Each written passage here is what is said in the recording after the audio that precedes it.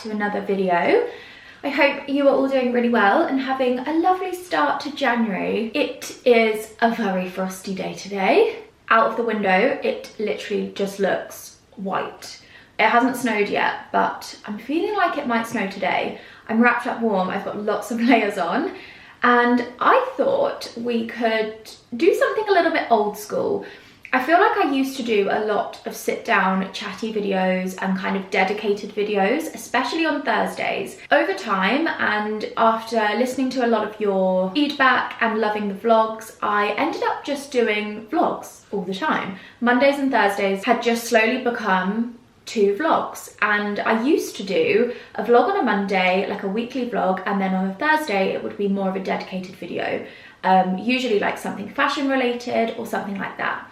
And potentially not every week, but I am really thinking about bringing back that old school YouTube kind of thing, especially in terms of topics and chatting about things a little bit more in depth and creating a video that's a little bit more styled. So let me know if that sounds like something you would enjoy. Obviously the vlogs aren't going anywhere, but I would love to hear your thoughts on that. The way that I use YouTube is I love to have videos on in the background when I'm doing things, especially when I'm cooking, cleaning, if I'm working. I love to have something on in the background that I can listen to. It doesn't necessarily need to be very visual, it could just be sound. So I tend to listen to a lot of podcasts on YouTube. I don't know why that is, I just quite like it. And it's really nice to have something on, like a video that you don't necessarily need to watch, but you can watch it if you want to. So this video is going to be exactly that. Think of this as a bit of a visual podcast. You can have this on in the background while you're doing all your errands, your admin, whatever you're up to. And hopefully by the end of this video, you will be feeling inspired, ready to tackle the year, and hopefully have like a new outlook on January, February, New Year resolutions, all of that stuff. I've come prepared, I've got my notebook. This is actually brand new. I got this at the end of last year from Papier. I think it is beautiful. It's got my initials on, embossed at the bottom, and it was empty when I opened it at the beginning of January, and I've already filled up quite a few pages. I've been jotting down lots of my thoughts, lots of things that I would tend to write in my newsletter that I really wanted to bring to YouTube. So, as you can tell by the title, we are going to be talking all things manifesting, setting intentions and goals, vision boarding.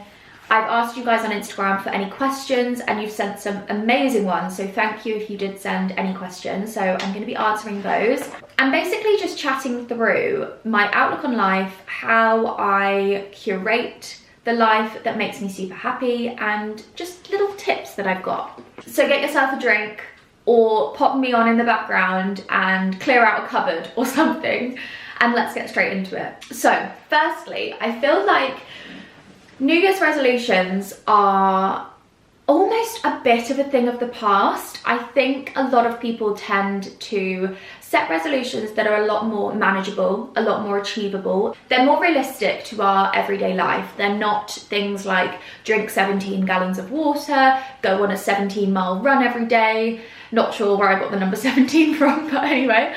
They're more realistic. They're things that are going to fit into our normal schedules and our normal lives a lot easier. And I love that because I think that is what goals should be.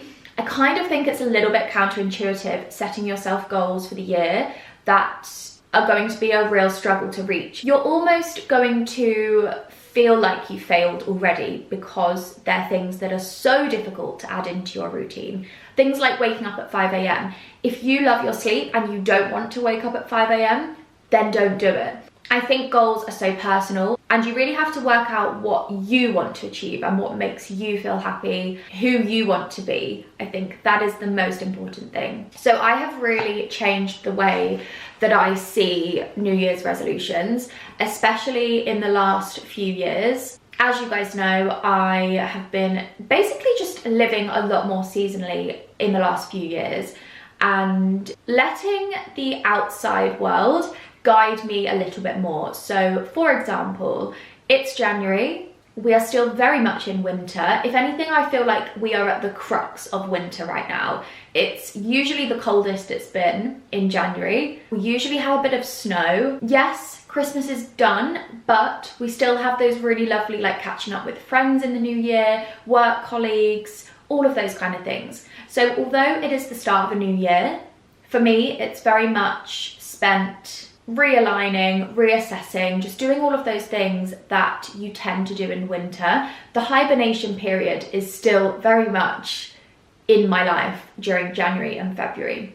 And I tend to slightly defrost and come alive a little bit more in March. I think March, the 20th of March specifically, is the official start of spring this year. And for me, March is where I start to get that real excitement and I start actioning a lot of my goals, and January, February is more of a planning kind of stage. I wrote in my newsletter that went out this morning that February feels like the waiting room for spring. And as soon as I wrote that, I thought, oh my gosh, that is so true.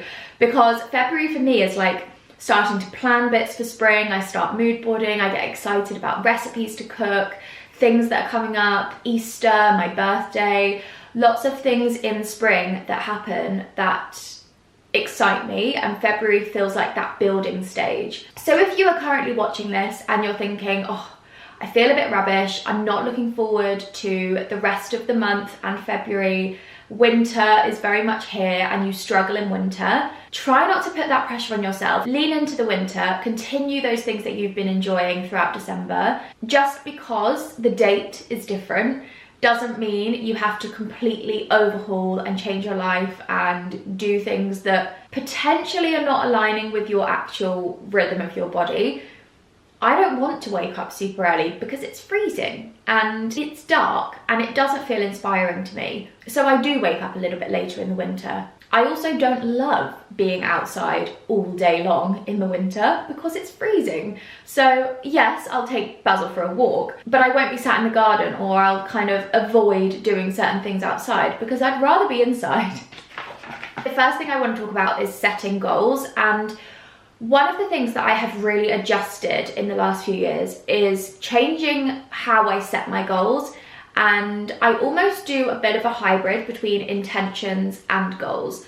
So for me, intentions are things that I'm intending to do that are not necessarily milestone points. So for example, if I read you out some of my intentions, I always write my intentions for the year on like the first page of a notebook, just because then I know where they are and it's easy to refer back. So intentions are things like trips that I want to go on or places I want to see, personality traits that I want to work on, and certain things that potentially I want to improve about myself, overthinking and certain things like that. They are intentions for me. They're not necessarily goals because they're things that are going to take quite a while to work on, and for me they're not really goal points. Goals for me are more like things that I can actually say, yes, I did that, tick it off. Things like if I wanted to hit a certain amount of subscribers on YouTube by the end of the year, or I wanted to have a certain amount of money in my saving account by the end of the year, certain brands that I would love to work with throughout the year, and almost markers for life. I feel like with goals, there's a couple of ways that you can go about it. If you kind of just want to take quite a relaxed approach, just write your goals down, write certain things you want to do in the year, things that you're excited for, things that you would love to achieve, and that's it. Refer back to it, read through it across the year, check in with yourself, see if they're still right, change things, add things, take things away, and that's that. But if you want to be a lot more specific and you love kind of manifesting and all of that kind of stuff, then I really recommend writing your goals in terms of categories. So these can be completely bespoke to you. They can be anything that aligns with you. You might have family goals, you might have life goals, house goals, a category for wellness or fitness, travel, so many different categories that your goals could fall under. And then to take this even further, you can set time markers. So say to yourself, when do you want to achieve these goals by? For example, let's say one of your goals is you want to have £5,000 in your savings account. Do you want to achieve that by summer? Are you saving up for something like a holiday or, I don't know, something in particular? or do you want to just try and do that by the end of the year? Set a date when you want to have achieved that goal, and that will give you something to aim at. First of all, you're not just chucking a goal out there and saying, oh, it will happen at some point. You're giving yourself that marker of time. But also, this is a really great way to manifest, because you are putting so much detail into that, and then in turn you will be working harder, focusing on that goal, because you know that you want to hit it by that certain point. Another thing that I think is really good to do, which I've actually never done before, but Jack's sister was telling me that this is how she sets out her goals. She writes down her goal, and then underneath that she writes points of how she's going to get to that. So let's say the £5,000 in your savings account. After that, you want to write down how you're going to achieve that. Potentially, you're going to stop spending unnecessary money on certain things. Maybe you're going to reduce the amount you spend on dinners or Deliveroo, and instead of spending that £30 on ordering something online, you will put that into your savings account. Maybe you're going to declutter your house and sell things at a boot fair or on eBay or Vinted or something like that, and generate that money and put that into your savings. Write down little pointers as to how you are going to get to that point. And that will not only give you direction, but also it's specific and it's realistic. You're setting those goals for yourself, but you know exactly how you're going to get there. And this kind of comes back to setting goals that are realistic. I think it's very easy to set goals that you'd love to do. You're not really sure how you would do them. And 9 times out of 10, when we set those goals, you're going to get to the end of the year and feel a bit rubbish. I have definitely fallen into that trap for years, and it's only probably the last couple of years that I've really changed that. I would set goals that were so out of reach that I'm never going to achieve in that 1 year alone. They are probably 5-year goals, and instantly, as soon as I look back at my goals, I feel like, oh, I didn't achieve that, I should have done more, I should have worked harder, I should have done this. But actually, when you look at those and you break them down, they are realistic and achievable, but just not in that year itself. So this leads me on to setting big goal lists. So in my notebook, if you are going to write these in a notebook, I usually write my intentions on the first page for the year. And then at the back of my notebook, I have a big life list. And this includes big life things that I would love to achieve one day. They could be get your dream house and then list out what you want that house to look like. Be really specific with these things.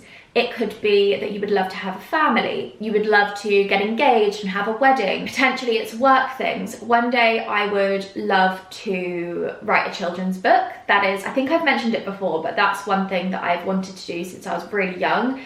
And I don't know why, but it's just one of those things that I would love to do one day. So that is a life goal. Potentially when I have my own children, I love the idea of that. Potentially you want to start a podcast or a brand, or you envision yourself opening a cafe. I don't know. Any of these things that feel like very big goals that you could potentially not achieve until you're 45 or until you're 60. Life doesn't stop when you get to certain ages. Write all of these things in your list. Okay, and then we go on to manifesting.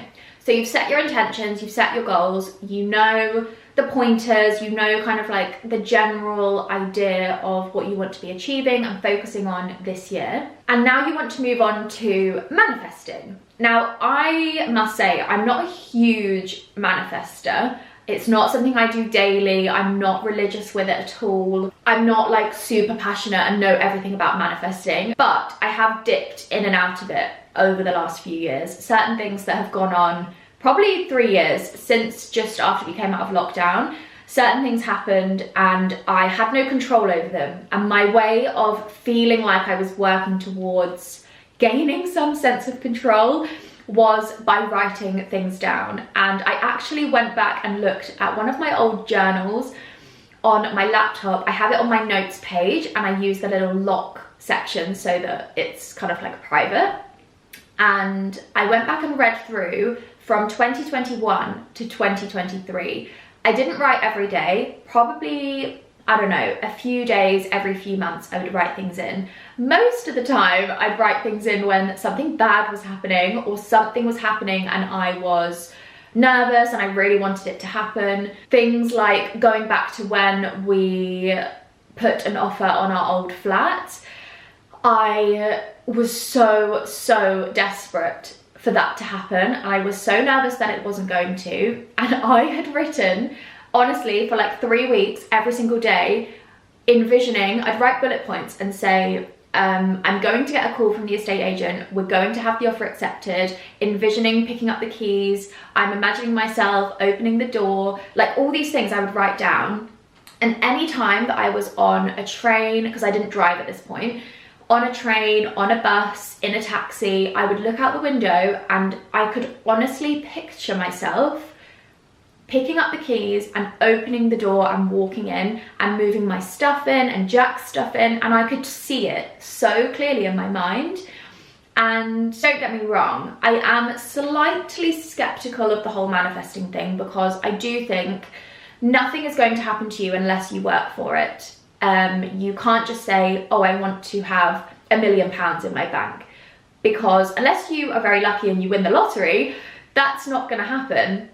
You have to do the steps to get there, but I do think that when you put things out into the universe and you act a certain way towards your goals, it's more likely that those things are going to happen. So if you are new to manifesting or you're looking for a bit more direction with it, I really recommend looking at your human design chart. This is something I did last year and it completely blew my mind. So there is an app which I will link below. I'm pretty sure it's called Human Design. But all you do is write in your full name, date of birth, the time you were born, and the place that you were born. And that is very crucial. You have to put very specific timings of when you were born, because essentially it creates a map of your, it sounds very woo-woo. I feel like when I'm saying it out loud, it always makes me laugh. But it creates a chart of exactly where like the stars were and all of those things, exactly that moment that you came into the world. And then it comes up with so many pointers. It divulges things like what food is best for you to eat, what temperature of food, what other star signs that you work really well with, how you work in a career setting. So many things are in this kind of chart. And it's very interesting. If you are really into like finding out about yourself and bettering certain areas of your life, I think you will love it. And one thing that I will say is I cannot believe how accurate the human design chart is. I did it for myself and then I did it also for my mum, Jack, and Jack's sister. And it was incredibly accurate. The weirdest thing is Jack's sister and I are both Aries and we are born around about a week and a bit apart. She is younger than me, but we are both Aries, so we have very similar traits, but there are quite a lot of differences between us. And even the human design charts, comparing them, you can tell which one is mine and which one is hers. It is wild. The things that we are similar on were very obvious, and the things that we are different on were just so accurate. One of the things that is really interesting about the human design chart is it gives you a section on manifesting, and it tells you what kind of person you are. So for example, I am a generator, which means I generate energy. I'm like the Duracell bunny. I'm always really upbeat and happy and stuff like that. So the generator way of manifesting is very visual and visualizing. So I am really keen on vision boards and imagery. I will touch on vision boards in a little bit, but creating something with images and Pinterest boards. If you don't want to make a vision board, do a Pinterest board. You can see visually how your life is looking, how your goals are looking. I find that much more inspiring than just writing things out. Same goes for visualization. I have the imagination of honestly like a 5-year-old child. I don't think my imagination ever went away. And sometimes Jack says to me, when we have children, you are honestly going to be just as excited about playing imaginary games with them as they are. And I always say, I know, it's ridiculous. Actually, little side story, but over Christmas we saw Jack, Grace and Ben's godchildren, and I think they're about 6 and 4 or something like that, 7 and 4, and they are absolutely adorable. They are quite shy when they first see you, but then they really come out their shell, and we all went over to the farm for a bit of a post-Christmas catch-up and dinner, and I'm not joking, I spent about 4 hours making up games and playing with them. It was just me and the 2 kids. I was making up games where the little boy threw his lizard over the rainbow and it went into the snow, which was a pillow. Like, honestly, I was coming up with all these games and I had so much fun. Probably more fun than I would have had with the adults. Which, I don't know what that says about me, but anyway, visualizing is definitely something that I am really keen on. Sometimes when I go to bed, I will be falling asleep and I'll be imagining certain things that I would really love to happen, or I don't know, lots of different things. I'm very in my head and I'm very imaginative and visual in my brain. So if you're the same, I feel like you will love vision boards too. And when you're looking at your goals, just imagine them in your head. If your goal is the £5,000 in your savings, imagine opening up your bank account, your savings account, and seeing that number. Or if you're saving it for something specific, imagine using the money for something, whatever it is, just picture it in your mind. But like I say, something that's going to work for me is also not always going to work for you. You might be more written, you might prefer to have things written down and do like mind maps and write like big long stories of how your life is going to look and all these goals and things like that. Another thing that works really well for me is speaking. And this is something that might work well if you're more like vocal and you like chatting about things, but I love speaking about my goals with people close to me, whether I'm voice noting my mum, or Nadia and I would always sit together and chat about things we want to do and motivate each other, and it immediately sparks some kind of excitement. Nadia and I would go for lunch and always text each other on the train and say to each other, I'm so inspired, tomorrow I'm gonna start filming this new thing, I'm gonna do this, I'm gonna do that. Because when you're bouncing ideas off each other, you immediately get this reaction from somebody else, and it's like a bit of a motivator, I think. So whether it's your sister, your grandma, your best friend, whoever it is, if you've got somebody in your life that you can chat to about your goals, I think that is a really great way to manifest and put things into the universe. And then my final thing in manifesting is to make sure that you're checking into your goals. It's not a case of just write them down, do a vision board, and then forget about it for the whole year. You almost want to be checking in with those things. Maybe you set a date in your calendar where you have a really lovely evening. Perhaps you do it with friends or just on your own or your partner, and you have a playlist on, you have a nice drink, go through your goals, readjust anything, write notes, and have a bit of a reflection time. I feel like that is quite valuable and probably something that I tend to not really do because I just don't think about it. But last year I made a point of doing like a quarterly check-in, like I would with my finances or my spreadsheets, my invoices, my work stuff. I'm trying to also link that into my goals because they are really important, and that is what is kind of governing all of the things that I'm doing. I'm working towards these goals. So checking in with them, have I ticked any off?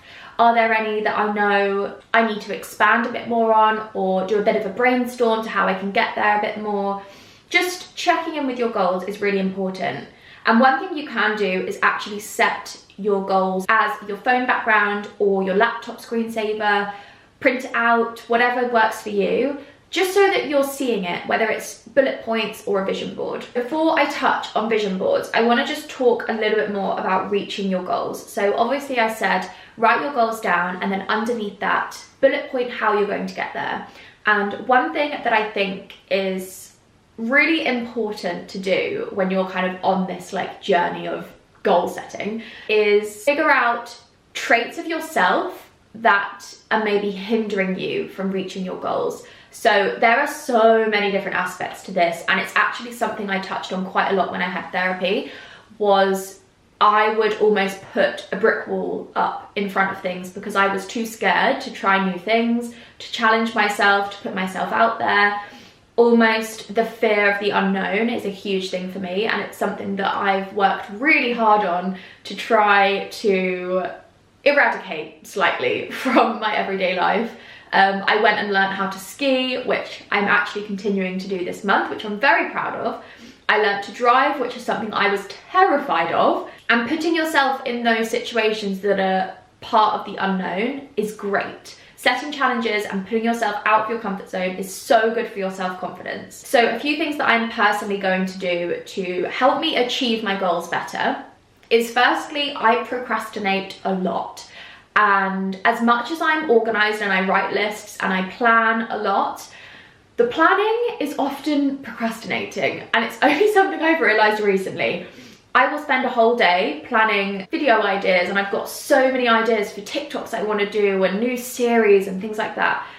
And then I just don't really get around to doing them because I spend so much time planning it, the actual creating doesn't happen. So this year I want to plan less and create more and stop hindering myself by thinking I'm being productive. Another way to kind of reduce that procrastination are things like preparing the night before. If I know that I want to get up early, take Basil for a walk, do a workout, more so in the winter. In the spring, summer, I feel like I have such a get up and go kind of attitude. But in the winter, if I prep the night before and I know that I've got my gym outfit laid out, my coat is ready to take Basil out with his lead and stuff like that, I've done the dishwasher and cleaned up from dinner, I'm not going to do that in the morning, I'm ready to just get on. I don't need to start my day by picking things up from yesterday. And for you, that could be stuff like your gym kit or your work bag, packing it the night before, potentially your lunch or your work outfit. Maybe in the mornings you spend ages deciding what to wear, which this is me. But if you just prep the night before or have a selection of go-to outfits that you're always going to reach for and just switch up the top or the trousers. Another thing for me is having a solid morning routine and evening routine. Unwinding in the evening, not going on my phone, reading a book, doing my LED mask and my skincare. Things like that really work well for me, and when I do them religiously and I'm doing them every single night, I notice a huge difference in my sleep, but also how I then wake up in the morning. And that is something that I know will help me to reach my goals because I'm waking up in the morning and I'm feeling refreshed and energized. This one might be a little bit random, but if you work from home, I feel like you might relate. I have a real tendency to be like an all or nothing kind of person. And if I have got a day of laptop stuff, say I'm filming in the morning, I'm filming loads of outfits for Instagram, then I'm gonna film a vlog throughout the day, but I need to sit down and edit throughout that, write a newsletter, I might have a meeting with my management. There are lots of little bits throughout the day, and I have this thing where I cannot do anything without the whole house being spotless, and I will procrastinate doing the work by cleaning the skirting boards, like doing ridiculous things. So one thing for me to implement is the one-touch rule, and I think I've mentioned this before. If not YouTube, I've definitely mentioned on my newsletter, but I saw it on someone's TikTok. I cannot remember who because it was quite a while ago, but essentially it is about putting things away when you need to do it immediately. So for example, one thing for me is the washing.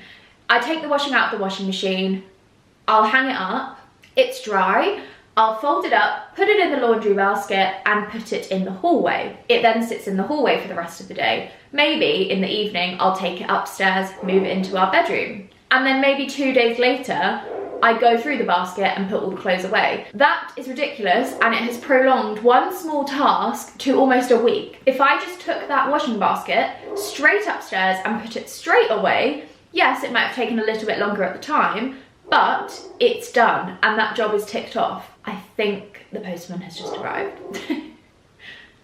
One thing about Labradors is they are amazing guard dogs. Moving on to vision boarding, and this is probably one of the things that I love the most. I love doing this. I tend to do it quite a lot throughout the year. I will do one for like the whole year, but then I will tend to do seasonal ones as well. Not sure why, I think it's just something I really love doing. but this can look different for everyone. You could do a vision board that has really specific goals. Those goals that you wrote down, you can find images that really correlate to every single pointer, or you can do it how I do it, which is creating a mood board for the year.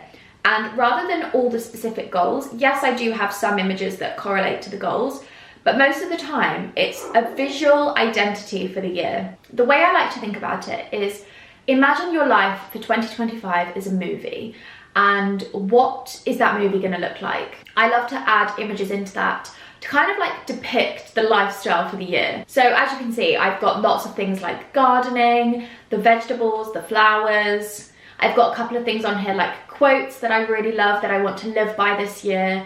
I've also got a couple of photos from my own photo album from our trip to France, because that was probably one of the core memories of my life and I absolutely loved it. And it's something that I really want to do more of this year. So with this page, I will save this as my desktop background on my laptop.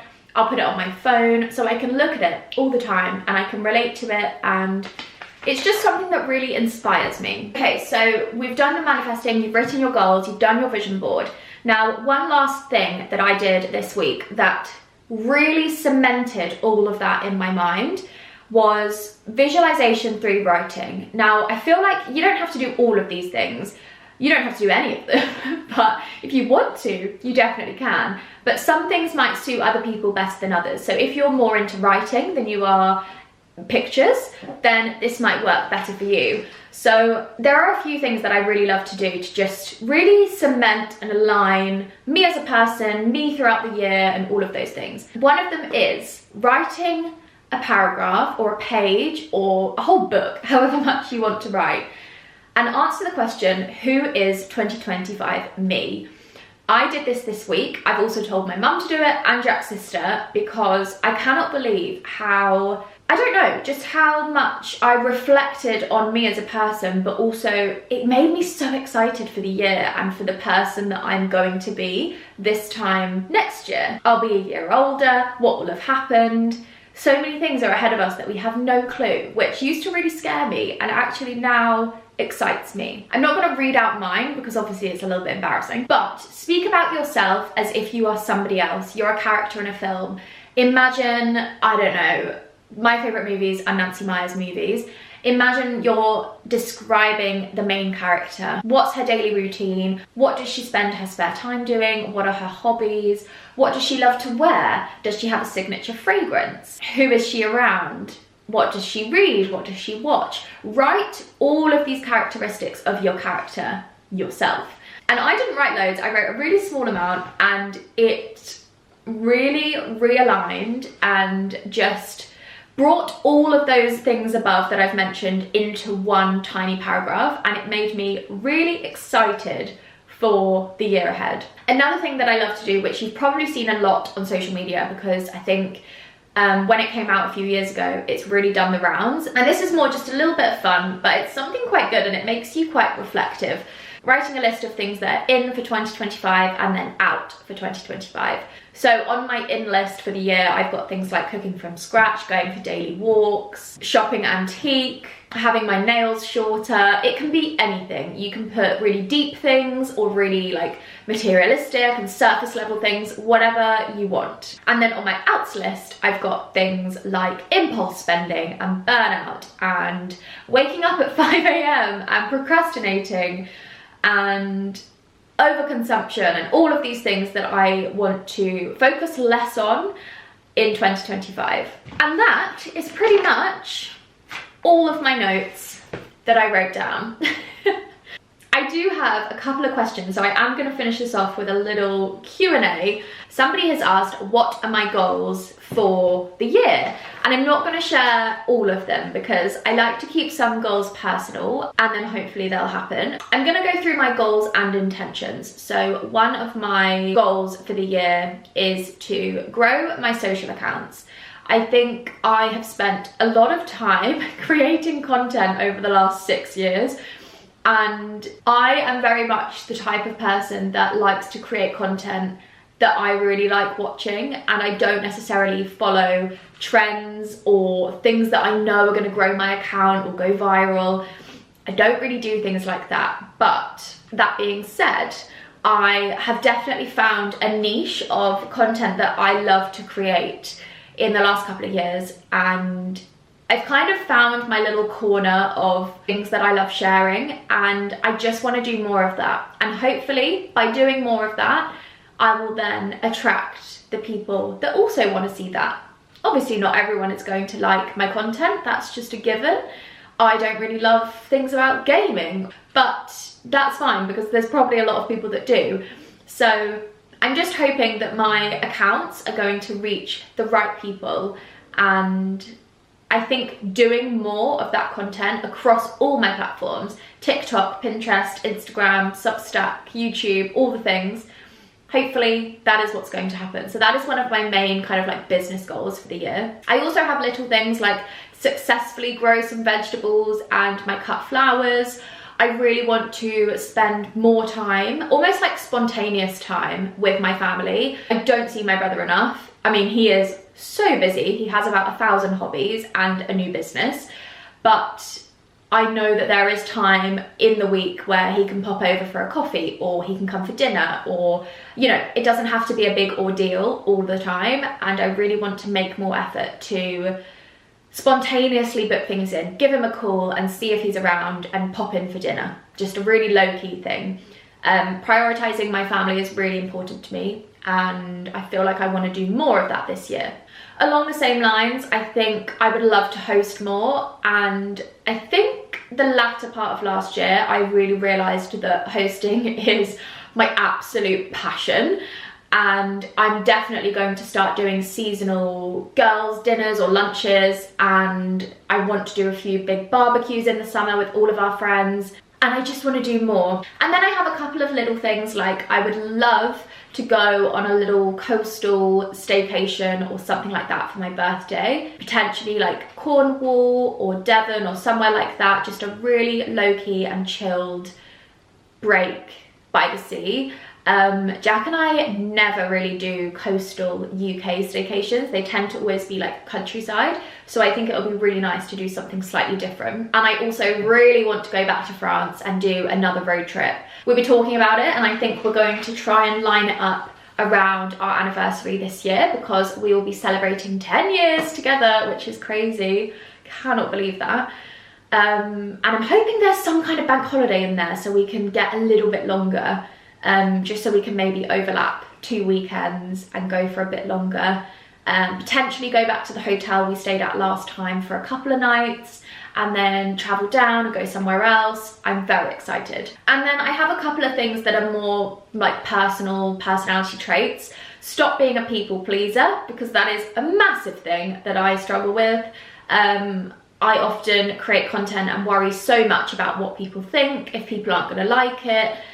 And I think I just need to come to the realization that we can't live our lives, anyone, whatever job you've got, whoever you are, you can't live your life worrying about other people, and you're never going to please everyone. Like I said earlier, I'm not into gaming content, so a gamer is not creating a video for me, and that's completely fine. And I think it's almost just like flicking that switch in my brain to be like, oh yeah, I'm creating content for the people that love to watch it, not for the people that don't. And then my big goal for the year, which is quite a silly one, but to drive on the motorway. As I said to you, I am quite an anxious person, and I worry a lot about like small things, and I worry about the unknown, and it's things I've been working on for a really long time.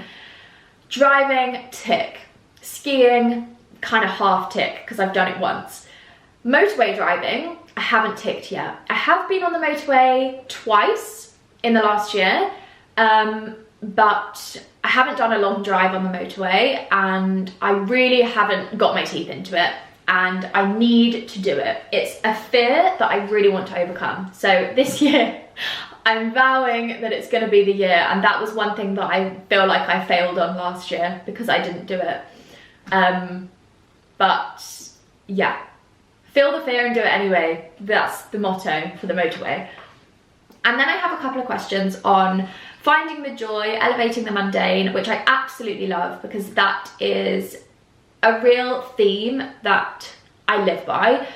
I can potentially do a whole separate video. If you like this chatty podcast style, then do let me know. If you absolutely hate it, then I won't do any more. But I would love to do some kind of video on elevating the mundane and stuff like that. Somebody asked, what inspired you to start focusing on finding the joy in the everyday moments? And I honestly think I have just always done it. Ever since I was little, I've always noticed like small things that are lovely. Like, I don't know, in my old house, I would always say to my mum, oh, the light in here is so pretty, or like the way that the sun falls through the trees and it looks really nice. I think because I am really into photography and like framing images, I would see it through the lens of a camera rather than just seeing something and being like, oh, that looks nice. But I do think that when something bad happens to you, and that can be on any scale, it can be minuscule, it could be absolutely traumatic, huge life-altering moment, I think you instantly lean into the things that are small, that you can control, that feel really nice. And when I went through quite a tough stage about 3 years ago, I found that noticing little things that I loved and little parts of my day that were quite special, and just pausing and having a bit more intention and looking for the positivities in things. And it can be really difficult, especially when you're not feeling great, you're in a very negative mind space. Pulling out into that positivity can be so tough, but I really think it changed me so much. And I feel like after that phase, anything could happen to me now and I will take it in my stride, and I know how my brain is going to deal with it. And I know that whatever happens to me or something in my life, I will always be able to find not the positives in a bad thing, but find little bits of joy around that. And honestly, it can be things like making myself feel really cozy, or I don't just sit down at my desk and start working. I'll light a candle, I'll put a playlist on, I'll wear something comfortable, and I'll make it into an occasion. And I think that is what, I don't know, it's not for everyone, I completely understand that, but it's just something that I really love to do. And I just started doing it. I didn't intentionally think, oh, I'm gonna start doing all of these things now. I just adapted that way of living as almost like a way to create my own joy when I wasn't feeling it. I actually had a really good conversation with someone on Instagram who was asking me how they can start finding joy more in their daily life. And one of the things that I always come back to is living with intention and focusing on your senses. So when you go somewhere, it can be anywhere. You can be, I don't know, on a dog walk. Think about what you can see, what you can smell, what you can hear, what you can touch. That is where you're going to find those small moments of joy. Things like right now, if I went for a dog walk, I know that the puddles will have been frozen over and it'll be really crunchy.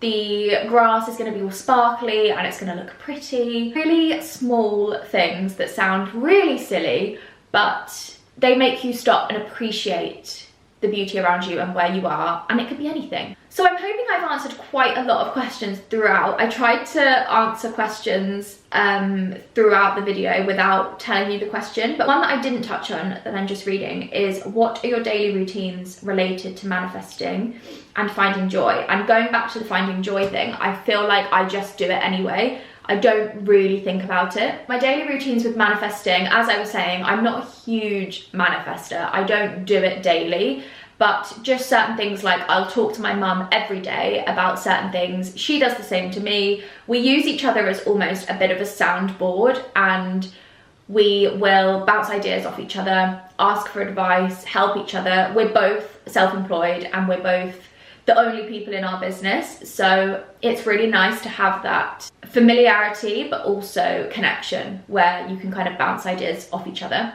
And I have my vision board on my phone, so I do see that every day. But that is everything from me for this video. I really hope you like it. I don't know if this is gonna go well or not. Hopefully it's been well received and you feel inspired or you've taken something away from it. But I think the most important thing to say after I've gone into all of those things is, firstly, do not compare yourself to anyone else. Whatever anyone else is doing, whatever their goals are, they are goals for them. And you are your own person, you are unique, you are so separate to them. Set things for yourself that feel good, and you know what those things are. You know how you want to live your daily life, and try and stay really true to that. Also remember that what works for one person might not work for you, and you might be listening to this thinking, I don't want to write stuff down, I just want pictures, or I can't be bothered to do any of that. And that's completely fine. And if you got to the end, thank you so much for watching, and I will see you on Monday with a brand new video, and it will be a vlog.